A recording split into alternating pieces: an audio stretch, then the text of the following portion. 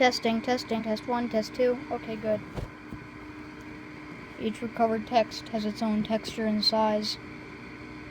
We'll never know what the complete books look like. These pages are all that remain. Preface. I have accomplished what no Sith has done before. I have destroyed the Jedi and subverted Coruscant. I sit on the throne of a new and unstoppable regime. I will shape the great galactic empire according to my own design. The Sith have dreamt of this moment since the beginning of recorded history. I could have not achieved this prize without treading on the backs of those who came before. Exploiting the failures of the others is the way of the Sith. Since my days as a young noble on Naboo, long before I joined Darth Plagueis and began my apprenticeship, I collected dark side lore. These rubbings of Sith tablets and untranslatable runic scrolls were converted and traded on the black markets by cultists, collectors, and museum curators willing to defy the Republic's ban on Sith artifacts. From the context, I believe Palpatine assembled this volume soon after declaring himself Emperor, or sometime around 19 to 18 BBY. Emperor Palpatine kept many secrets in his storehouse on Wayland, including a chamber that went undetected until 24 ABY. So far only Leia, Mara, and I know about this book. I want to make sure it is not in danger. I want to make sure it is not dangerous before sharing it with the Historical Council. New Republic Intelligence wants to review this book as a favor to Wedge and Diella. I've agreed. I numbered the pages for NRI's reference. The very existence. Oh no, never mind. The very existence of this illicit trade confirms many vital truths. Rulers seek to control information. The powerful will do anything to hoard their power. And if something is forbidden, it is likely a thing worth knowing. Getting these artifacts past the law officials and into my quarters on Naboo provided new lessons. True power brokers dwell in the shadows. Credits can buy anything, even intangible concepts such as access and silence. It is necessary to lie to achieve anything of value, and even a skilled liar is nearly impossible to detect. Although my experience acquiring the texts provided a practical knowledge of how treasures and secrets change hands, as well as the roles non-force sensitives play in keeping the galaxy running, the actual dark side tomes deepened my knowledge of the ancient Sith. I realized that I had all the tools I needed to craft my own system of power, one that fused contemporary politics with Sith ideals. Under the tutelage of Darth Plagueis, I inherited the Sith archives, more than 1,000 worth of teachings passed in secret from master to apprentice. But what I learned was that only a handful of figures had ever truly advanced the cause of the Sith. Thus, I made it my goal to recover their most famous writings, not the revisions of misguided chroniclers who live hundreds of years after them, but the parchments bearing their original words recorded by their own hands. With the fall of the Jedi Temple, I have finally recovered the last of these documents, though only a fragments of them have survived the centuries. Together these pages unite one of the first Sith Lords, with he who shall be the last. Each author's voice echoes the era in which he or she held power, but the Sith Order has evolved over 7,000 years. The errors made by my predecessors will not be my own. Their triumphs will be nothing compared to my omnipotence. At the time I wrote these words, I hoped my empire will provide limitless reach. Yet, I must still rely on others to do my bidding, and they are so often foolish, flawed, and disappointing. The new truths. Every holocron I've studied, and every new dark side. Oh, sorry. Every holocron I've studied, and every new dark side cult simply restates the teachings of the Sith encapsulated in these texts. But Sozus Sin, Darth Malgus, Darth Bane, and Mother Talzin and Darth Plagueis became too rigidly in their own dogmas. If any of them could have met and shared their beliefs, they would have found very little common ground. I have bound the recovered pages from the works of these great Sith Lords in one volume. These relics are unique and irreplaceable. They are the Book of Sith. Source Sin's Chronicle of the Rise of the Sith Empire is the oldest text by many thousands of years. She was a dark Jedi banished into exile following her failed war against the Jedi. Sin was exceptionally adept at twisting life through Sith alchemy. The Jedi kept these pages locked in their archives, but I reclaimed them after cleansing of their temple. Sorry for the cough. Regrettably, I could not remove the scrolls left in the margins by Jedi Master Yoda and Mace Windu while the text was in their possession.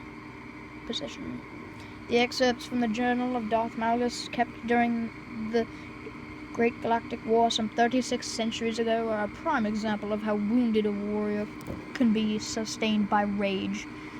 The war was an unbounded success for the era's Sith Emperor, and Malgus was one of his best soldiers. I obtained this text many decades ago from a dealer in antiques and in antiquities, and have recently passed it to Darth Vader so he might gain inspiration. Darth Bane's Rule of Two was a keystone for the Sith Order for centuries. The Battle of Ruusan, nearly a millennium ago, would have ended the Sith Order had Darth Bane not reconstituted it as a diarchy operating from the shadows. His writings became part of the Sith archives, passed down from master to apprentice for generations. During the Clone Wars, my servant Count Dooku shared the book with Jedi agent Quinlan Vos in an ill-conceived effort to lure and corrupt him. Count Dooku's failure is no longer important, for my clone troopers received that breach and eliminated Vos, carrying out Order 66. Most texts I recovered were penned by the Sith, but Wild Power by Mother Talzin relates to another dark side group, the Night Sisters. Although Talzin's text expounds on her misguided reverence for nature spirits, it does possess a shrewd pragmatism I admire. The Dark Jedi exiles reached the Sith space circa 7000 BBY. Following the 100-year darkness, Swords of Sin's writings appear to have recorded several points over the subsequent years. The comments of Yoda and Mace Windu are difficult to pin down, but most likely date from before the Battle of Naboo in 32 BBY. From statements made in the journal, Malgus seems to have been writing toward the tail end of the Great Galactic War, probably only a year or two before the sacking of Coruscant in 3653 BBY. My father's comments must have been recorded shortly after his transformation into the Emperor's servant. Bane survived the Battle of Ruusan in 1000 BBY. This text may have been recorded a decade later, but that's conjecture. It's not known how long Darth Bane lived. Happily, the Emperor seems to have gotten this one wrong. I've read accounts that Quinlan Vos survived and went into hiding during the Dark Times. The chronology of the Clone Wars is confusing. I can't be more precise than to state that Talzin's writings and Ventress's comments date from the time frame of that conflict. The members of her Night Sister clan became merchants for the galaxy's finest dark-side mercenaries. During the Clone Wars, Asajj Ventress, a Night Sister by birth, who served Count Dooku until I ordered otherwise, appears to have added her commentary after she slinked away to Dathomir to become a member of her tribe once more. One of my inquisitors recovered this book while raiding the planet to capture Force-sensitive slaves. My master, Darth Plagueis, recorded his own musings on what he believed to be the true nature of the dark side. However, he had a fatal blind spot. He revolutionized the Sith understanding of the relationship between biology and the Force. The pages of this text still bear the comments that I made, after taking Darth Plagueis' place as master and making his possessions my own. The stories of the previous authors ended, but my reign is just the beginning. By melding the core truths of the dark side found in these texts, I have set forth the Book of Anger, the weakness of inferiors, and the manipulation of life. These establish true knowledge of the dark side and make plan the tasks required to implement a Sith order. Darth Plagueis' text may date from roughly 45 BBY, but that's only an educated guess. His death may not have been occurred until the Battle of Naboo in 32 BBY, and it's still something of a mystery how Palpatine came to study the ways of the Sith under him. Luke. As my skill has deepened, I realize the applications of the Force are infinite. In time, these 3 books will become the cornerstone of my multi-volume Dark Side Compendium. Palpatine did complete these volumes, or at least he didn't make a lot of progress. During my time on Biss, I saw his manifesto in the records library, but only a partial copy seemed to have survived Biss's destruction.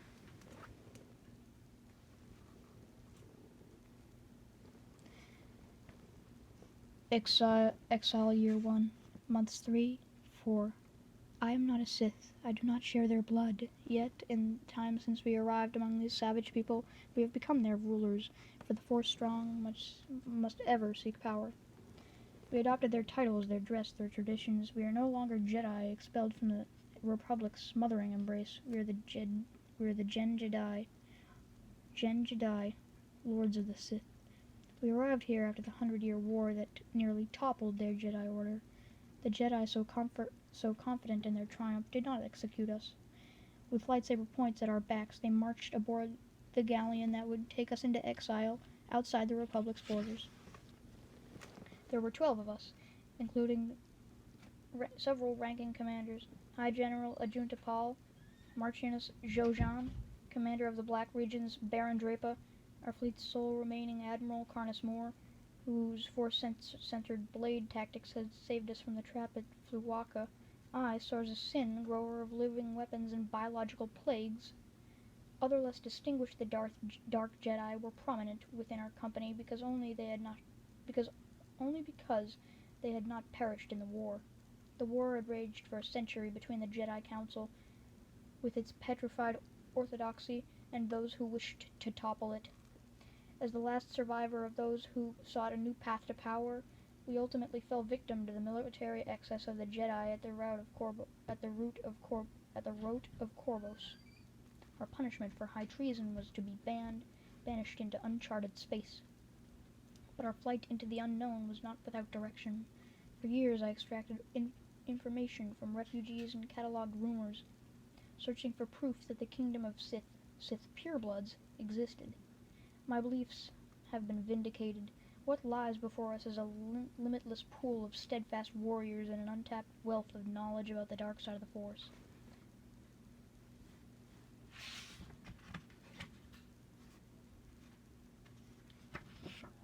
The First Great Schism. We rule the Sith. Here we build a sovereignty of the dark side to overcome millennia of injustice. But I am the rightful ruler, for I alone possess curiosity to translate their secrets and apply them to larger patterns of conquest. I foresee what will become a magnificent Sith Empire. While Corvos was the last of the 100-year darkness, the conflict began with the most recent Great Schism. Historians squabble over many such splits have occurred within Jedi ranks. I care not for the exact number, but with each one, the Jedi Council's stranglehold on the ways of the Force weakened. The 100-year darkness was a spectacular yet predictable revolt against the Jedi complacency. The Jedi Order has not evolved in nearly 20 millennia, even after the Jedi's founding on Tython. Its most curious members realized the failings of their teachers, and so began the First Great Schism. Not all who split from the Order became combatants. The Jedi Masters who reassigned who resigned the order for philosophical reasons were perversely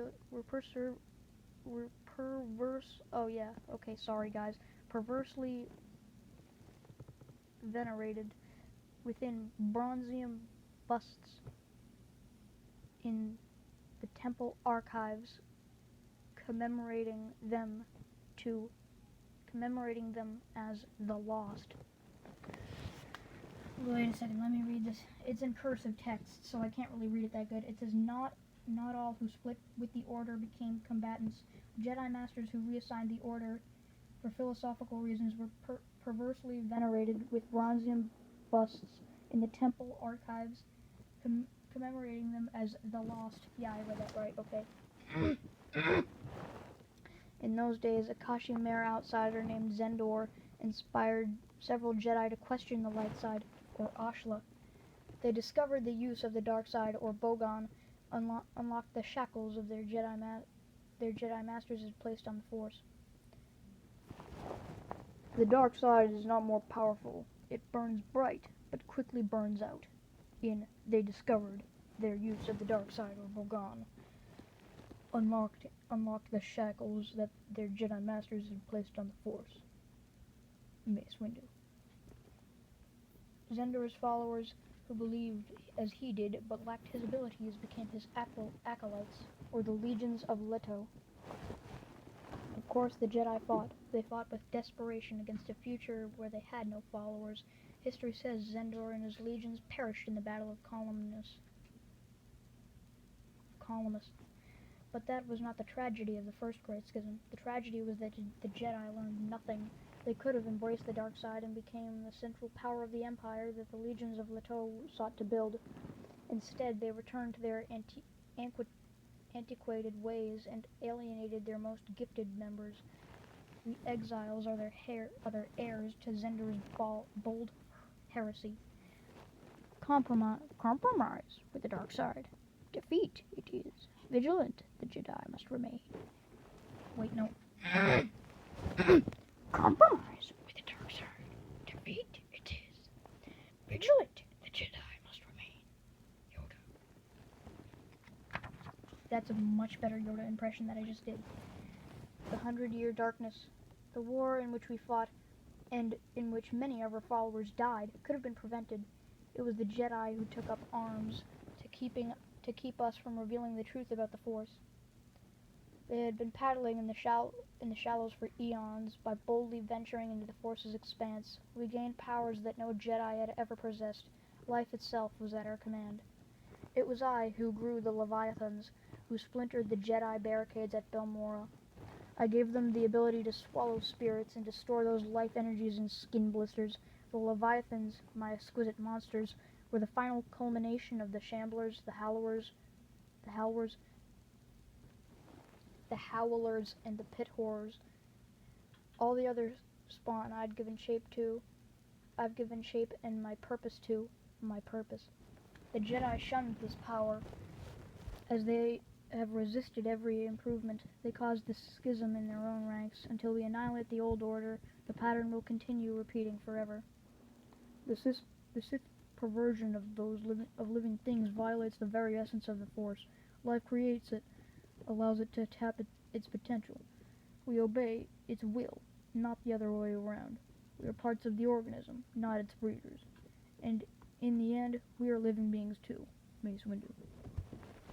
Unbearable it is to be a creature thus changed, to end their lives. Mercy sometimes is. Proud people of the Sith. I guided our creaking galleon through the hyperspace breakwater known as the Stygian Caldera, which could not been accomplished without command of the Force. For this reason, navigators found no true routes into Sith space, only blind jumps. Those who are strong with the dark side, like myself, can sense the way, as a devilic can sense magnetic north. We touched down on Korriban, the world that screams the loudest for those who can hear the dark side's voice. It is on Korriban that the Sith purebloods began. It is here that they often returned in death. We stopped out of the cramped reek of our interstellar prison into the light of an unfamiliar sun. Grand tombs carved from the planet's stone surrounded us.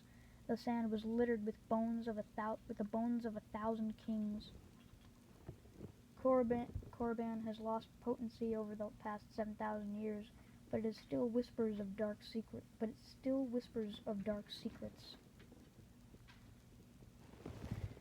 The Sith greeted us. Despite our obvious superior powers, we were not hailed as gods when we arrived. It took weeks for us to understand the power structure of their culture, to undermine it, and to annihilate the current king. Ajunta Pall beheaded their ruler, Hakka Gram Grosh, and claimed the throne as their blooded heir to the ancestral King Adus, and we became his shadow hands. From that time on, I made it my goal to understand the Sith space and the treasures that might await us in this realm. Drapa's fleet experience at last proved useful, as the two of us mapped the local hyperlanes. Would that he had shown so much competence in defending Korbos. Our work identified the looping hyperspace lanes within Stygian Caldera that contained the planets of the Sith Empire, the Nash, Belphia, route links, Ziost, Car Delba, Relg, Creyus, and Korriban, the 5 worlds most sacred to the Sith. Ziost has been the throne world of the Sith purebloods since prehistory. It's where we erected our own palaces to rule as Sith lords. The Sith respect power, and they are content to serve us. Could the Sith defeated by Obi-Wan on Naboo? Could the Sith defeated by Obi-Wan on Naboo have come from here? Send a knight to investigate Quinlan Vos. Mace Windu. In fact, purebloods are marvels. They're people driven by hunger, rage, and the dark side. Though they are humanoid in form, their tough hides span hues from crimson to obsidian. Their hands and feet are clawed. 2 thick, fleshy tendrils dangle from their cheeks or jaws, and 2 more tendrils protrude from their temples. After much experimentation, I have concluded that their blood is sufficiently similar to our own to permit alchemical crossbreeding.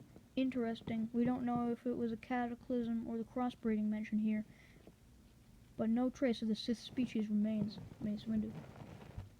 I know Drapa, for one. He had his eye on a Sith priestess. He was pleased to learn his bloodline was not only persist, but thrive. The Sith purebloods are strong in force, but they do not outmatch us. They are rooted in Wait a second, guys. I gotta try to know what this word is.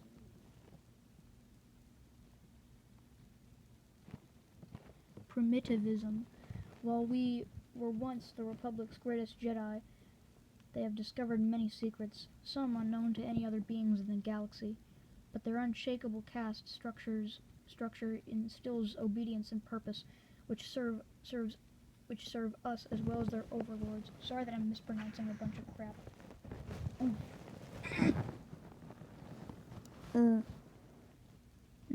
let me see. Okay.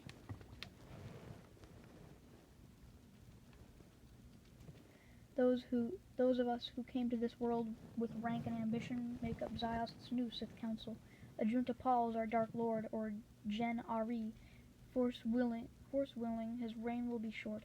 We are served by their priests, the Kasai, who have come to worship us as demigods. They regard Ajunta Pall as the manifestation of Typhojum, the left-handed god, and thus are easily persuaded to do our bidding. Their engineers, the Zuggaruk, are loyal, but they build far too many burial mounds and too few battleships. I must convince Paul of the need to redirect the laborers, or his title must be taken by the Force.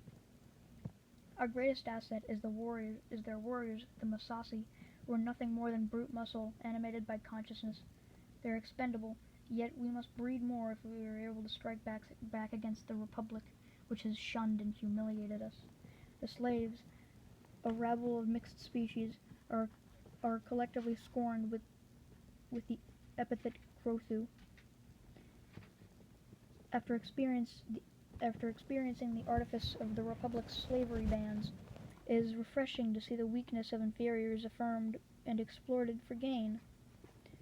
Everything the dark side clouds. Uncover the truth, we must. Sith weapons. They may be primitive, but the Sith purebloods are worthy of respect, not only for their skill with the dark side, but for their hunger for war. The Zugurug caste has built siege engines and has even developed technologies that can tear apart a star's heart. However, most warfare within Sith space occurs when the combatants can lock gazes before trading blows. Their death-dealing tools are admirable for craftsmanship as well as for their lethality. Sith swords. While we exiles wielded lightsabers when we fought the 100-Year Darkness, the Sith have developed edged weapons honed and strengthened through the Force. Mirrors of the swords carried by the first Jedi on Tython. These swords are heavy and require 2 hands to wield, except for the mammoth of the Massassi, who can handle them with 1 hand. The swords can deflect plasma bolts and withstand the energy of a lightsaber blade. Each acts as a reservoir of the dark side's power. The Temple's armor stores these artifacts inside its black vault. I've added the Tujak broadsword after recovering it on Bafash, Mace Windu. Sith War Sword. This 2-bladed staff requires great skill to wield, and it's seldom issued to crude foot soldiers. Ajunta Pal tortured Hakagram Grosh with Grosh's own war sword before executing him. I have kept the weapon and plan to use the dried blood upon the blade in my alchemy. Lanvarok. This is the battle weapon of the Massassi. When swung, these ranged weapons released a spray of whirling razor discs. The armored soldiers of the Damoru Krev wore Lanvarok gauntlets on their left arms. Messy and impressive, the Lanvarok is a weapon of indiscriminate terror. Larang. When thrown, this curved blade returns to its user's hand unless it has been thrown in the skull of the enemy. It is reminiscent of the weapons carried in antiquity by the Royal Macheteros of the Kashi Mare. I have no doubt that we can improve it further. Shikar. The Shikar is the tool of the assassins. It can be as long as a forearm, yet is easily concealed beneath robes. A twist of the handle between stabbing it will snap the glassy blade off and leave it to fester beneath the skin. Sith poison. The poisoners of Malki would burn with envy at how the Sith have mastered this subtle art. In battle, the Sith coat their blades and darts with poison. They have also been known to lace the drinking goblets of rivals. The poison can cause pain, paralysis, death, or blood frenzy. But with every generation of the Sith, the poison must be improved to compensate with the species' improved immunities. To end a fight without killing. Great skill it takes. The Sith understand this not, as these weapons prove. Sith amulets. These melee weapons of the Sith are carried by the brute Massassi, but their amulets still require more skill. Many of the Kasai priests wear these baubles around their necks to deepen their links to the dark side of the Force. Minor amulets can create protective shields, knit injured flesh, sharpen battle focus, or energize weakened muscles. However, great amulets are priceless and often unique. Users must first overcome the amulet's seductive song, for if they can't, they will be forever lost to dark side insanity. I have acquired many of these prizes for myself, but I must remain restless that many more lie locked in the tombs of Korriban. Destroying one will release a wave of energy, killing all life in a 10-meter circle. The study of the Heart of Grosh. Heart of Grosh. The dead king Dothka Grosh replaced his own heart with this fist-sized ruby, which contained the souls of his old foes. When paired with the helm of Grosh, the wielder can control the forces of nature. meditation sphere. The Sith space-going vessel is not an amulet one can grasp or wear. It's an amulet that encompasses its possessor. The arcane geometries of this vessel's cabin can amplify the passenger's spells 1,000-fold in every direction. The Sith focus on collecting treasures and neglect the study of the Force. It's one more way in which they miss the big picture. We fought Karness Moore after we destroyed the first Death Star. The talisman had sustained him by possessing the body of another. I wasn't aware that there might be more. Hopefully they haven't survived the centuries, Luke. Moore Talisman.